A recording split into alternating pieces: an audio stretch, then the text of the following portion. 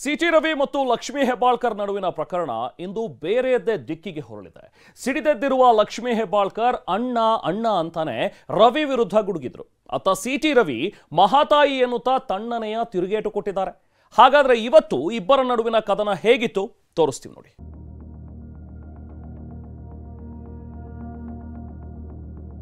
ಮೊನ್ನೆ ಗದ್ಗದಿತ ಇಂದು ಗುಡುಗು, ಸಿಡಿದೆದ್ದ ಲಕ್ಷ್ಮೀ ಹೆಬ್ಬಾಳ್ಕರ್. ರವಿ ಅವರನ್ನ ಕ್ಷಮಿಸುವಂತ ಪ್ರಮೇಯನೇ ಇಲ್ಲ. ಅಣ್ಣ ಎನ್ನುತ್ತಲೇ ಬೆಂಕಿ ಉಗುಳಿದ ಲಕ್ಷ್ಮಿ, ಸೈಲೆಂಟ್ ಆಗಿ ರವಿ ಪಂಚ್.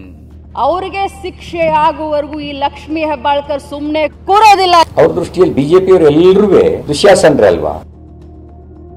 ವಿಧಾನ ಪರಿಷತ್ನಲ್ಲಿ ಸಿಟಿ ರವಿ ತಮ್ಮ ವಿರುದ್ಧ ಅಶ್ಲೀಲ ಪದ ಬಳಕೆ ಮಾಡಿದ್ದಾರೆಂದು ಆರೋಪಿಸಿದ್ದ ಸಚಿವೆ ಲಕ್ಷ್ಮೀ ಹೆಬ್ಬಾಳ್ಕರ್ 2 ದಿನದ ಹಿಂದಷ್ಟೇ ಗದ್ಗದಿತರಾಗಿದ್ರು. ಆದ್ರೆ ಇವತ್ತು ಲಕ್ಷ್ಮೀ ಹೆಬ್ಬಾಳ್ಕರ್ ಅಕ್ಷರಶಃ ಸಿಡಿದೆದ್ದಿದ್ದಾರೆ.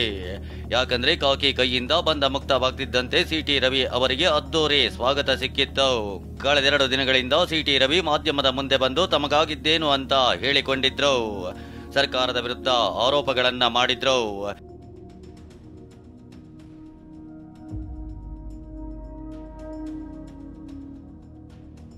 ಇದನ್ನ ಹೀಗೆ ಬಿಟ್ರೆ ತಮಗಾದ ಅಪಮಾನಕ್ಕೆ ನ್ಯಾಯ ಸಿಗೋದಿಲ್ಲ ಅಂತ ಇದ್ದ ಲಕ್ಷ್ಮೀ ಹೆಬ್ಬಾಳ್ಕರ್ ಇವತ್ತು ಗುಡುಗಿದ್ದಾರೆ.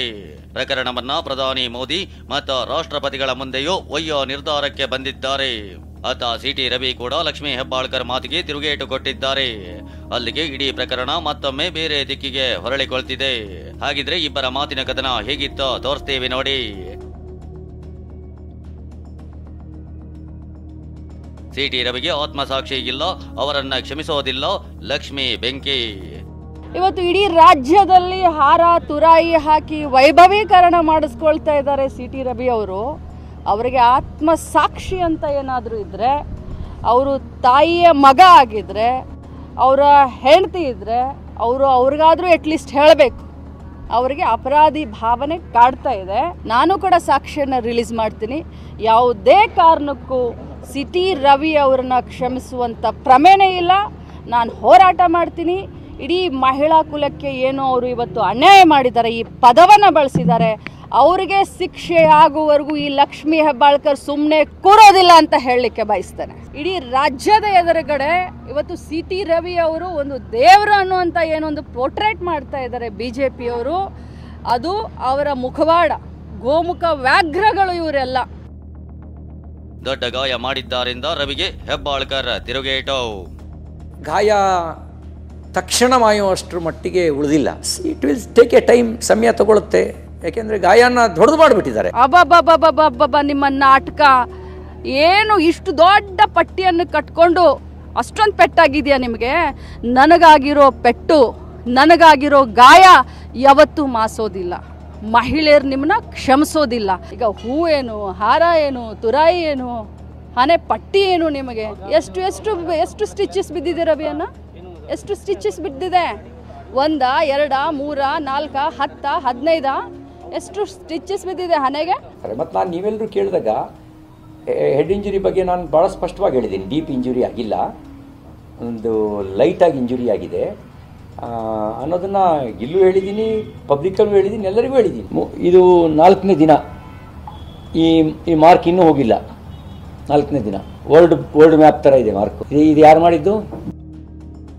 ಡ್ರಾಮಾ ಮಾಸ್ಟರ್ ಎಂದ ಲಕ್ಷ್ಮಿ, ಮಹಾತಾಯಿ ಅಣಿಮುತ್ತು ಎಂದ ರವಿ. ಅವರೊಂದು ವಿಡಿಯೋನ ಬಿಡುಗಡೆ ಮಾಡಿದ್ದಾರೆ ನೋಡಿ. ಲಕ್ಷ್ಮೀ ಹೆಬ್ಬಾಳ್ಕರ್ ಸುಮ್ಮನೆ ಕೂತ್ಕೊಂಡ್ರು. ನಾನು ಆಗಲೇ ದಕ್ಷಿಣ ದ್ವಾರಕ್ಕೆ ಹೋಗಿ ನಾನು ಮೀಡಿಯಾಗೆ ನಾನು ಎಲ್ಲ ಬ್ರೀಫ್ ಮಾಡಲಿಕ್ಕೆ ಹೋಗಿಬಿಟ್ಟೆ, ನಾನೇನೂ ಅಂದಿಲ್ಲ ಅಂತ.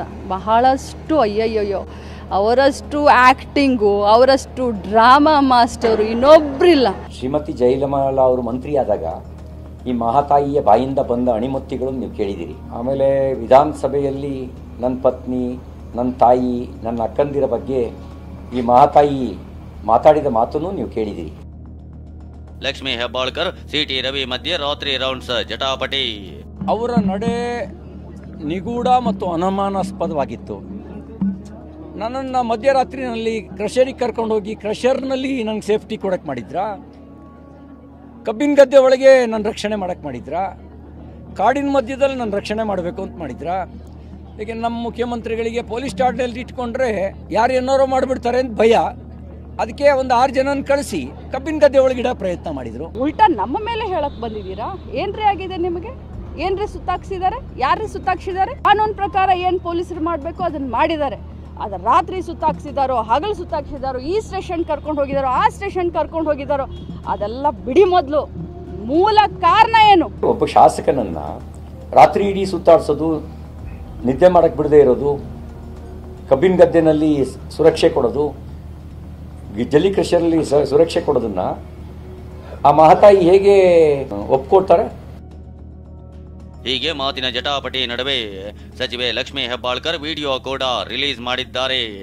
ಅಷ್ಟೇ ಅಲ್ಲ, ಯಾವುದೇ ಕಾರಣಕ್ಕೂ ಸಿಟಿ ರವಿ ಅವರನ್ನ ಕ್ಷಮಿಸಲ್ಲ, ನ್ಯಾಯಕ್ಕಾಗಿ ಹೋರಾಡ್ತೀನಿ, ಪ್ರಧಾನಿ ಮುಂದೆಯೋ ಹೋಗ್ತೀನಿ ಎಂದಿದ್ದಾರೆ. ಇದಕ್ಕೆ ತಿರುಗೇಟು ಕೊಟ್ಟ ಸಿಟಿ ರವಿ ಬಿಜೆಪಿ ಅವರನ್ನ ದುಶ್ಯಾಸನರು ಅಂದ್ಮೇಲೆ ಅವರ ಹತ್ತಿರ ಹೇಗೆ ನ್ಯಾಯ ಕೇಳ್ತೀರಾ ಅಂತ ಗುಡುಗಿದ್ದಾರೆ. ಯಾವುದೇ ಕಾರಣಕ್ಕೂ ಸಿಟಿ ರವಿ ಅವರನ್ನ ಕ್ಷಮಿಸುವಂಥ ಪ್ರಮೇಯನೇ ಇಲ್ಲ. ನಾನು ಹೋರಾಟ ಮಾಡ್ತೀನಿ. ಇಡೀ ಮಹಿಳಾ ಕುಲಕ್ಕೆ ಏನು ಅವರು ಇವತ್ತು ಅನ್ಯಾಯ ಮಾಡಿದ್ದಾರೆ, ಈ ಪದವನ್ನು ಬಳಸಿದ್ದಾರೆ, ಅವರಿಗೆ ಶಿಕ್ಷೆ ಆಗುವವರೆಗೂ ಈ ಲಕ್ಷ್ಮೀ ಹೆಬ್ಬಾಳ್ಕರ್ ಸುಮ್ಮನೆ ಕೂರೋದಿಲ್ಲ ಅಂತ ಹೇಳಲಿಕ್ಕೆ ಬಯಸ್ತೇನೆ. ಕಾನೂನು ಹೋರಾಟ ಮುಂದುವರಿಸ್ತೀನಿ. ಮಾನ್ಯ ಪ್ರಧಾನಮಂತ್ರಿಗಳಾದಂಥ ನರೇಂದ್ರ ಮೋದಿ ಅವರನ್ನು ಕೇಳ್ತೀನಿ, ಮಾನ್ಯ ನಮ್ಮ ರಾಷ್ಟ್ರಪತಿಗಳಾದಂಥ ಅವರಿಗೆ ನಾನು ಪತ್ರ ಬರಿತೀನಿ. ನನಗೆ ಅವಕಾಶ ಸಿಕ್ಕರೆ ಈ ದೇಶದ ಪ್ರಧಾನಮಂತ್ರಿಗಳನ್ನು ಭೇಟಿಯಾಗಿ ನನಗೆ ಆದಂಥ ಅನ್ಯಾಯವನ್ನು ವಿವರಿಸ್ತೀನಿ. ಅವ್ರಿಗೆ ಬಿಜೆಪಿಯವರೆಲ್ಲ ದುಶ್ಯಾಸನರಾದ್ಮೇಲೆ ಅವ್ರ ಹತ್ರ ನ್ಯಾಯ ಹೆಂಗೆ ಕೇಳಿ ನಿರೀಕ್ಷೆ ಮಾಡ್ತಾರೆ? ಬಿಜೆಪಿಯವರೆಲ್ಲ Modi is our prime minister, basically he is our party worker. ಅವ್ರ ದೃಷ್ಟಿಯಲ್ಲಿ ಬಿಜೆಪಿಯವರೆಲ್ಲರೂ ದುಶ್ಯಾಸನರೇ ಅಲ್ವಾ? ಈ ಮಧ್ಯೆ ಮಾತನಾಡಿದ ಪರಿಷತ್ ಸಭಾಪತಿ ಬಸವರಾಜ ಹೊರಟ್ಟಿ, ಇದು ಮುಗಿದ ಅಧ್ಯಾಯ, ನನಗೆ ಯಾರೋ ದೂರು ಕೊಟ್ಟಿಲ್ಲ, ಸದನದ ವ್ಯಾಪ್ತಿಗೆ ಬರಲ್ಲ ಎಂದಿದ್ದಾರೆ. ಆಸ್ ಆ್ಯಂಡ್ ನೌ ಮುಗಿದ ಅಧ್ಯಾಯ. ಅದು ನಮ್ಮ ಹೌಸಿಗೆ ಸಂಬಂಧ ಇಲ್ಲ. ನಮ್ಮ ಹೌಸಿಗೆ ಅವ್ರ ಹೊರಗೆ ಕಂಪ್ಲೇಂಟ್ ಕೊಟ್ಟದ್ದು, ಆ ಹೆಣ್ಮಗಳು ಬೈದಿದ್ದು, ಅವ್ರ ಪೊಲೀಸ್ ಅರೆಸ್ಟ್ ಮಾಡಿದ್ದು ನಮಗೇನು ಸಂಬಂಧ ಇಲ್ಲ. ಅದು ನಮ್ಮ ರೂಲಿಂಗಕ್ಕೆ ಅದಕ್ಕೆ ಸಂಬಂಧ ಇಲ್ಲ. ಸಭಾಪತಿ ಪರಿಶೀಲನೆ ಮಾಡಲಿ, ಇಲ್ದಿದ್ರೆ ವಿಡಿಯೋವನ್ನ ನಾವು FSLಗೆ ಕಳಿಸ್ತೀವಿ ಅಂತ ಗೃಹ ಸಚಿವ ಪರಮೇಶ್ವರ್ ಹೇಳಿದ್ದಾರೆ. ಅಲ್ಲ, ಅದನ್ನು ವೆರಿಫೈ ಮಾಡ್ಬೋದಲ್ಲ. ಅವರೇ ನಮಗೆ ಏನು ಈಗ ಮೀಡಿಯಾದಲ್ಲಿ ಬಂದಿದೆ ಆ ಆಧಾರದ ಮೇಲೆ ಎಲ್ಲವೂ ಕೂಡ ಮಾತುಗಳು ನಡೀತಾ ಇದೆ. ವೆರಿಫಿಕೇಷನ್ ಮಾಡಬೇಕು ಅಂತಂದರೆ ನಾವು FSLಗೆ ಕೊಟ್ಟು ವೆರಿಫೈ ಮಾಡೋದಕ್ಕೆ ಕ್ರಮ ತಗೊಳ್ತೀವಿ. ಸಭಾಪತಿಗಳು ಬರಿಬೋದು, ಇದು ಫೇಕ್ ವಿಡಿಯೋ ನಡೀತಾ ಇದೆ, ಅದರಿಂದ ಇದನ್ನು ವೆರಿಫೈ ಮಾಡಿ ಅಂತೇಳಿ ನಮಗೆ ಪೊಲೀಸಿಗೆ ತಿಳಿಸಿದರೆ ಅದನ್ನು FSLಗೆ ಕೊಟ್ಟು ವೆರಿಫೈ ಮಾಡಿಸ್ತೀವಿ. ಹೀಗೆ ಜಟಾಪಟಿ ಮುಂದುವರಿಯುತ್ತಲೇ ಇದೆ. ಸದ್ಯಕ್ಕೆ ಈ ಸಮರ ಇಲ್ಲಿಗೆ ನಿಲ್ಲೋ ಲಕ್ಷಣಗಳಂತ ಕಾಣ್ತಾ ಇಲ್ಲ. Bureau report, TV9.